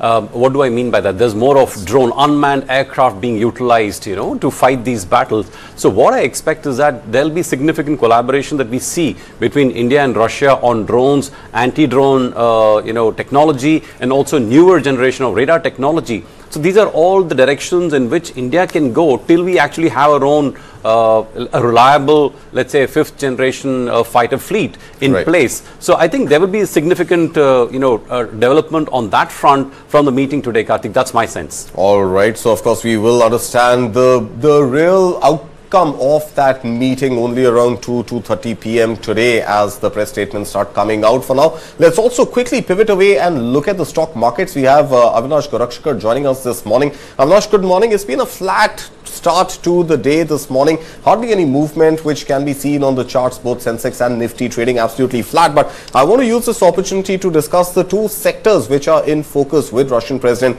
Vladimir Putin here in India. First up, of course, is the defense manufacturing sector. Let's look at the charts. In fact, right now, Nifty trading absolutely flat, just marginally above the 26,000 psychological level. Sensex now well below the 86,000. In fact, 86,000 now seems a distant dream, with Sensex at 85,233. Coming specifically to defense manufacturing stocks, I'm looking at HAL this morning, and HAL is absolutely flat, 0.06% in the positive, despite a lot of momentum on India's own defense manufacturing deals to be potentially stitched up with Russia. Investors not really taking any cue from President Vladimir Putin's visit to India and stitching up those deals for HAL or other defense manufacturers. Yeah, good morning, Karthik. I think clearly the markets is in a wait and watch mode. I think today we will be having the RBI policy. I think that is the first trigger point. Yeah. And I think what comes out in the policy is very critical, because the RBI will have a challenge. On one side, retail inflation has come down, but the rupee currency has happened very fast. So I think clearly, I think they will have to take a balanced call. My sense is that we could see a 25 basis cut, and that could be beneficial for some of the PSU banks, the private sector banks, the NBFCs, the housing finance companies, and of course real estate companies also. So I think that is the first trigger. At that point, once we get the policy document announcement, we could see a small uptick in the markets. But if at all it doesn't come in, Karthik, then I think markets could again retrace backwards. And as far as the defense, announcements are concerned, I think the markets would await this very clearly, because there's been a lot of expectation on defense and technology. These are two areas where, most of the Indian markets participants are expecting some big bang announcements, specifically for companies like Bharat Dynamics, Hindustan Aeronautics, where a lot of joint development is expected. So I think, hopefully if something comes out on the aviation engine, I think which the government has been sounding off, that could be a big opportunity for HAL, because that is the representative company which in India could take up the local manufacturer. So I think we'll have to wait and watch. But even on a fundamental basis, HAL appears to be positive. My sense is that the kind of order book they have, the kind of scalability and visibility they have, it definitely remains a good portfolio pick if somebody has a 12 to 15 month kind of time. Right, I want to pivot now to the energy stocks also with you, Avinash. And energy seems to be in a bit of a pressure this morning. Reliance is down about 0.8%. And in fact, negative seems to be the mood on the entire Nifty 50 energy pack this morning. In fact, even beyond the Nifty 50, the Nifty 500 energy pack seems to be bleeding. Not a single stock in the green this morning. Is it also to do with the wait and watch on RBI's commentary, especially because any rate decision is going to have an impact on the Indian rupee, and the Indian rupee obviously becomes critical for India procuring oil from overseas? Yeah, I think that is absolutely right, Karthik. I think markets would await what is the RBI commentary and what is the kind of decision the RBI governor takes. But I think net, it's going to be a little, a very difficult kind of decision, because on one side retail inflation is down, but the currency has, weakened. So I think that is probably the reason why most of the energy stocks are down. And plus today morning we've heard report that crude prices have started moving up upwards. So, that is also another factor which goes against the energy companies. Most of the oil marketing companies, a weak rupee and a higher crude price is like a double whammy. So I think it's better to wait and watch for some time. On Reliance specifically, we are quite positive. Our sense is that any weakness should be used as an opportunity to accumulate, because the stock has come down to attractive levels. I think near-term triggers obviously would be the kind of value unlocking the market expects, from the retail business, from the telecom business, and what they are going to do on the beverage business side. So I think, you need to have a little bit of patience here, but fairly attractive, from a longer term point of view. So I think investors who have a long-term time frame can definitely nimble into it at the current level.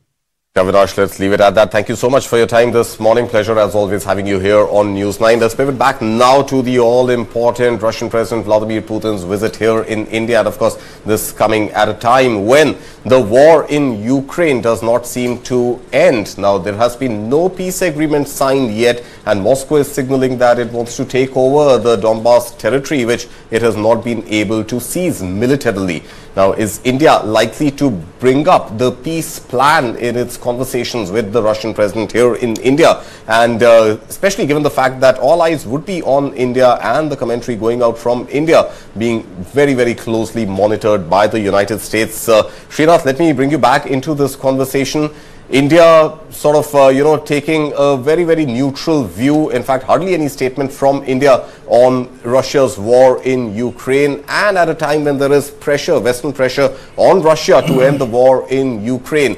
No date, no timeline, no peace pact yet signed or agreed to. What does this mean overall for how the US and the European Union would be looking at Russian president's visit to India at a very, very critical time like this? So I think it's a very strategic move, Karthik. I mean, one is you go out and announce something on behalf of your partner, that's Russia in this case. But otherwise, you don't align with Russia or you don't align with anybody else, but rather stay what I would call as invested in them. And in that sense, President Putin's statement today is going to be all the more important to send a message out and what he thinks India is going to play a role going forward with Russia and US as well. Into a very short break, but when we come back, I want to get Barnik into this conversation and really discuss what messaging it holds for Russian President Vladimir Putin when there was a conversation that the world is heading into a bipolar territory, one superpower called the US and another emerging superpower called China. But now with a messaging at stake here that perhaps the world is not bipolar and indeed multipolar. We'll discuss that, and then of course with Rakesh and Sri we'll also have a conversation on India's free trade agreement talks, which are being stitched up as we speak with EU, with the Eurasian Economic Union, with EFTA already done, with UK already done, and the trade deal with US, which continues to be elusive. How does all of that pan out as India stitches up more pacts and trade deals with Russia? That and more on the other side of the break. Thank you so much for staying tuned in.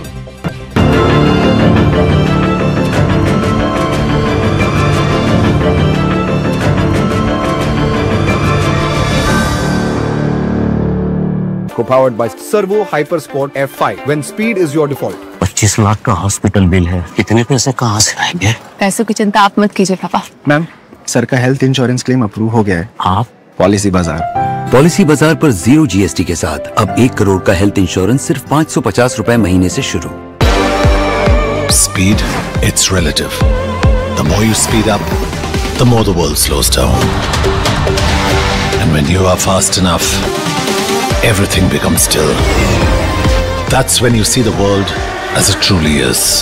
Servo Hypersport F5, when speed is your default. Painting में पहली बार Birla opus assurance. 1 साल में paint को कुछ भी हुआ तो painting वापस करके देंगे। रजिस्टर करो birlaopus.com पर। हर स्वाद में बसा, हर दाद में बसा, ये मेरा चीज है।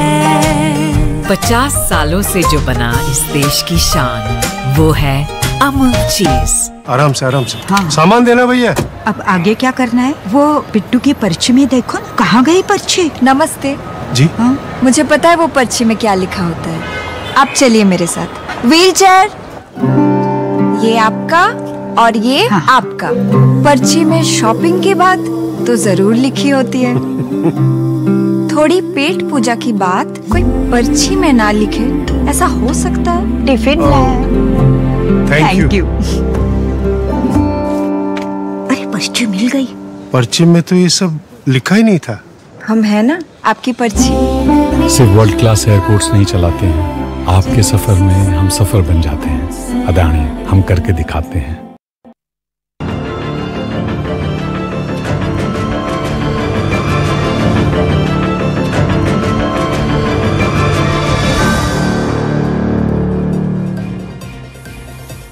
Welcome back. Our live coverage on Russian President Vladimir Putin's visit to India for the 23rd India-Russia Annual Summit continues right here on News 9. It's time now to shift focus. We've spoken enough about energy. We've spoken enough about defense deals. Let's now talk about Geopolitically and geoeconomically, how does Vladimir Putin's visit to India reflect on India's efforts to stitch up those all-important free trade agreements with other regions, including the European Union, given the fact that there is pressure from US and EU on Russia to end the war in Ukraine? Rakesh Khar, let's understand first from you exactly how precariously is Russian President Vladimir Putin placed right now, given the fact that he doesn't have support of the European Union even one bit, and President Donald Trump continues to sort of swing both ways between first being friends with Putin, then being friends with Zelensky, and then back to Putin, and then back to Zelensky. We've seen that sort of pendulum swing. But given the fact that EU is very, very clear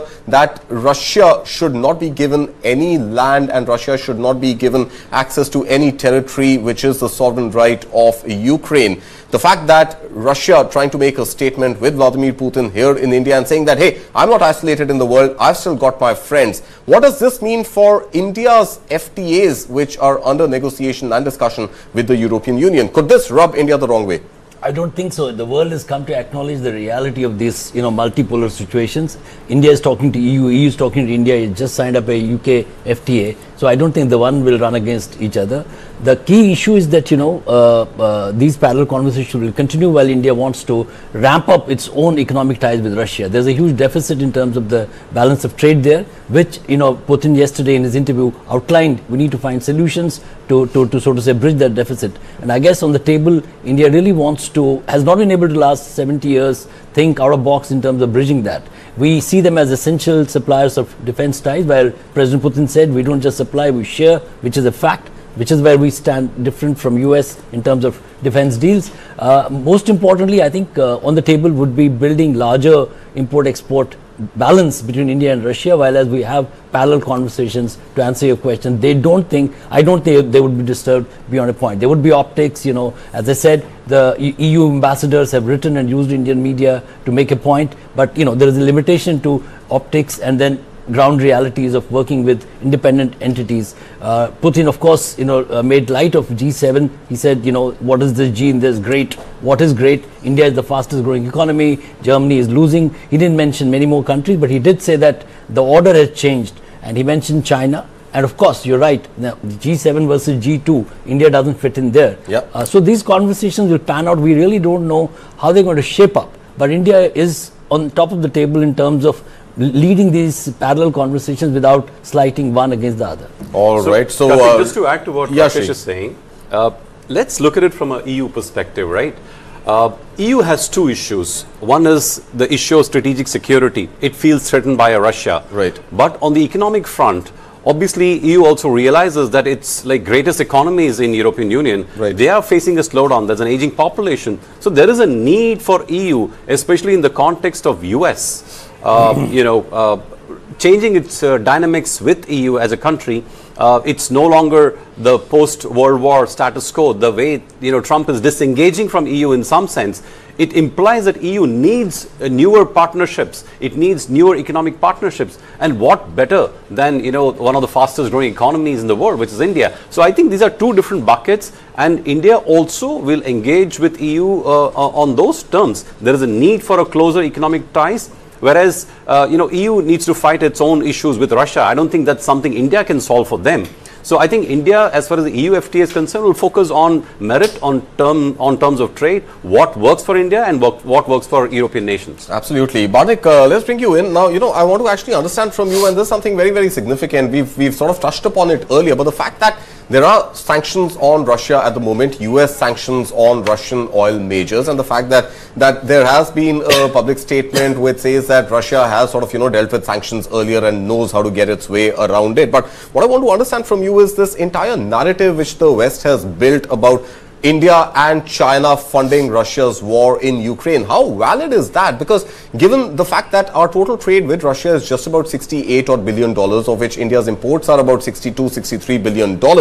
I'm saying even if about $52 billion go towards oil, crude oil, Russian crude oil, is that sort of enough to fund years-long worth of war with another country? So how valid is that argument really? No, so I would just call that a manufactured narrative, right? I think it's manufactured to suit political statements and political points. If you look at what happened after the sanctions were imposed on Russia, in fact, the role India and China played was to actually step in and purchase Russian oil and cool down oil markets, which have actually benefited both the US and the Europe. And in fact, 80-90% of the Russian oil which comes to India gets again refined and exported back to European Union. So again, it's a lot of rhetoric, it's a lot of talking points. I don't think it is nice to say politically that there is China and there's another bad boy in the corner called India who we can punish. I think that narrative has also run its course. I don't see a lot of countries talking about it anymore. Maybe the Americans will still talk about it a couple of times, but I think there is a lot of understanding that you're dealing with mature democracies who take careful strategic decisions. I think if you look at the Prime Minister's position here, we've constantly advocated for peace, including in the Prime Minister's conversation with Mr. Putin at the sidelines of a G20 summit, talking about the time for peace. So I think let's ignore the narrative, let's ignore the rhetoric. I think what is very clear is that there has to be a path for the war to end. I think the US and the Russians and the Ukrainians are the three parties discussing the end to the war. The Europeans unfortunately don't have a seat at the table directly for this conversation, which is unfortunate, which also is a reflection of the growing or the demeaning importance of the European Union and Europe in general. But I think as long as there is a path towards peace, a lot of these things will get resolved out.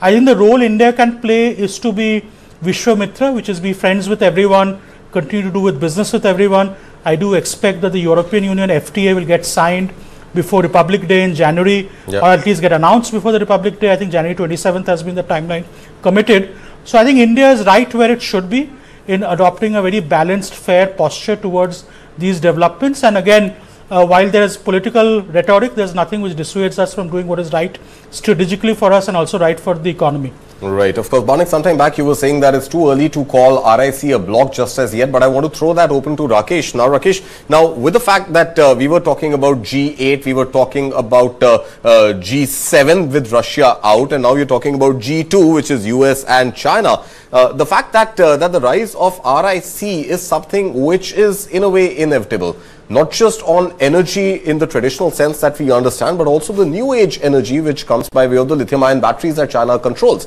Now, and add to that the thawing of sort of tension between India and China. How soon before, in your opinion, can this RIC really be called a formidable bloc which sort of, becomes as powerful to give, let's say, the US or the European Union or the Gulf countries some sort of a real competition? Karthik, I've been a great advocate of, pushing for RIC. Of course, it's early days. In Tanjung, created global waves. I think that's at the context. It's important to understand that India has, so to say, removed many of the mindset barriers, though on ground there are still challenges to Chinese investments, like P2 has not yet been withdrawn.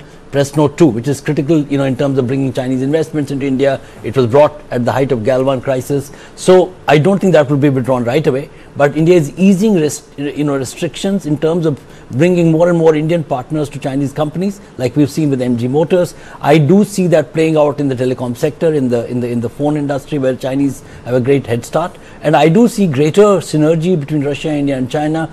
All the three nations realize that they have together a greater chance of striking at the so-called American hegemony, and in that sense, conversations in the last 6 months versus last 6 years have pivoted to the larger idea that I am pushing for RIC as a greater hedge against any other champion in the global order. All right, Shri, you of don't course, seem there to are be in challenges agreement. there because Shri is nodding in disagreement. Let's get his view in as well. My little caveat, Karthik, is that of course each one has its own ambition to take the head table. So in that sense, there would be challenges. India has a problem with Russia wooing Pakistan, which is a recent development parallelly, and China and Pakistan are getting even closer to each other. So there are side stories, but RIC is closer to somewhat of being a reality today than in the past. All right, Shri, you don't agree at all. I have my take on this is this, Karthik, as follows, Karthik. I don't think RIC is a bloc as yet. First of all, I think it is an opportunistic grouping of three countries which probably feel that we need to come together at this point to counter certain geopolitical movements or an order that is being forced on them. So that's number one. As Rakesh himself admitted, every country has its own ambition, and I think when I say every country, it's largely China. Yeah. You know, China has the ambition of becoming the new superpower. It sees itself within a striking distance of overtaking US itself as the new global, you know, supercop and the global hegemon. Whether that happens or not is a different question. But China, as from an India perspective is concerned, China has also repeatedly shown that it's not a country that we can entirely trust. China has repeatedly violated a lot of you know, agreements that it has signed with us, including on the territorial issues. And very clearly, China is at a position where, frankly, it needs you know, others less than, you know, we need China, whether it is in terms of raw material, whether in terms of you know, it's, in terms of dominance in manufacturing, and now going forward, clean energy, innovation. Not to mention, you know, rare earths and all those things. So I think this will be, it will at best remain an uneasy, under the layer, it will remain uneasy grouping of three countries. I don't think we should go as far as to call it a bloc. I think it's right now coming together of people with some common interests, and it serves them at this point in time. All right, Barnik, final word to you, and I want to actually end this conversation by bringing back US President Donald Trump into the discussion. And you know, the optics that we've seen, right, not just here, but even in Shanghai during the SCO summit, you saw, you know, the warmth between Prime Minister Modi, Russian President Vladimir Putin. You also had images coming with Chinese Premier Xi Jinping in the same frame, and sort of, you know, the thawing of relationship in this, let's not call it a bloc for now, with this RIC really, you know, coming to light, at least optically. Cut to visuals that we've seen of US President Donald Trump and Narendra Modi, again, you know, warm embraces, patting each other's backs. In fact, US President Donald Trump pulling the chair for Prime Minister Narendra Modi to sit down and sort of, you know, write the visitor's book. So, given the sort of bonhomie that is on display right now, yet again, with President Putin and Prime Minister Modi, and the fact that India is still far away from getting those 25% secondary sanctions knocked off, leave alone a trade deal, is this something which is going to act as an irritant to President Donald Trump? And is he going to try and vent it out in more ways that India would like? I think, let me just position this as a deliberate irritant, right? I think this is quite a deliberate... Whose attempt? President Putin's attempt? Prime Minister Modi's attempt? I think it's more Prime Minister Modi's attempt. Okay. No, it's a joint attempt to... We agree to disagree. It's a joint byline. I think, let's be clear, I think one of the things to bring back the conversation to RIC, I believe that over a much longer time frame, the alliance between India and US is far deeper and will transcend administrations and transcend this immediate president, right? So let us not jump into forming anti-US alliances. I think the long-term India will benefit far more on being strategically aligned with the US than with China. Point number one. Point number two, it's important to note that I think what the US president now needs is a win. I think sanctions are proving to drive, or let's call it tariffs, or sanctions. Tariffs are proving to drive inflation, where he has lost significant support with voters. In fact, in the current estimates, that if the midterms were to be held today, the Democrats would win 50 more seats than the last time and will comfortably take majority of the House.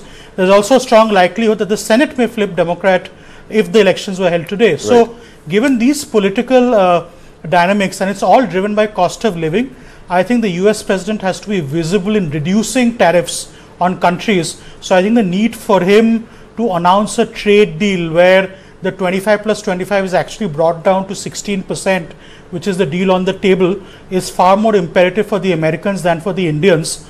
So I think this is an important nudge given by our Prime Minister to the Americans to take notice. It's also important that we welcome the trade delegation from the US next week with as much warmth as we welcome the Americans, and India is very good at doing that. I think I'm quite hopeful that given the geopolitics and the internal political dynamics of the US, that there may be a trade deal announced with the US, maybe not by January end, but definitely before March end, because that's what the Americans and the US president now needs. All right, a trade deal potentially by March end. After this... there's no either or in diplomacy today. Of course, so, it's a fine balancing act, and that's what we've been calling it since morning. We must and we will continue to woo US like never before. Right. But we must parallelly build, reinforce BRICS, reinforce Quad again, and reinforce, RIC, an idea as of now. RIC has an idea, rebuild BRICS, which again is not something that US President Donald Trump likes at all. And of course, Quad is something that we haven't seen much progress on. No, I think anyway. BRICS, I think India is the president or the current chairman. That's right. That's right. The next one. Presents again like a huge someone opportunity said, for us. Karthik, finally, it's the economy stupid. You know, so I think whether it is US, whether it is Russia, whether it is India, I think people elect governments to give them a prosperous life. Right. They don't want wars, or they don't want anything which, you know, doesn't allow them to prosper as citizens of these nations. Absolutely. So at the end of the day, it all boils down to what's in your pocket? Yes. How much are you paying the shopkeepers for what's available on the shelves by way of inflation? And how much are you paying your governments by way of tax? Which again is something that US President Donald Trump, through his big beautiful bill, is trying to sort of, you know, get rid of for American citizens. But for today, let the focus not be US President Donald Trump. Let the focus be Russian President Vladimir Putin, who is in India. And of course, we will at News9 continue to bring you live coverage of everything that unfolds during the next few hours as President Vladimir Putin engages with Indian ministers, Indian corporate leaders, as well as his visit to Rashtrapati Bhavan scheduled at 11 a.m. followed by a wreath laying at Rajghat to pay tribute to Mahatma Gandhi. All that and more will continue right here on News9. Thank you so much for staying tuned in. But don't go anywhere, because news continues on the other side of the break.